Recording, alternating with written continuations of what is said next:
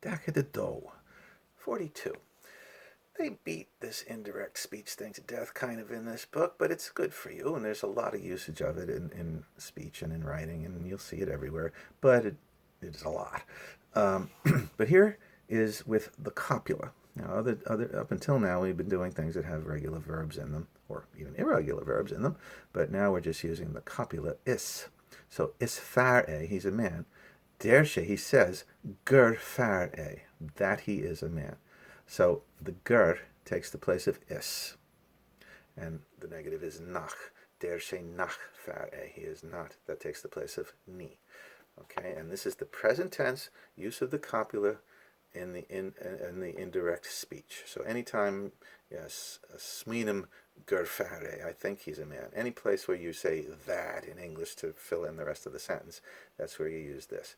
And of course, copula is used for identification and classification. Okay. Now, uh, before a vowel is one little wrinkle. It's gurub instead of gur. Gurub with a B. Uh, and you can use those other copula sentences where you're emphasizing the adjective by bringing it forward. Is alk an rude, they give you. Dershe gurabolk an rude. You put the b in there because it's before a vowel. Is antak an van I mawahar ursamoira. There's that ursa from another chapter. Der moeder gurub antak an van I awahar. Okay? And then there's a whole page of practice if you got the time. It's good for you to do.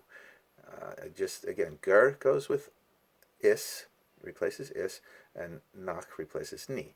The only thing before a vowel you got to remember it's gurub. This is all present tense copula indirect speech.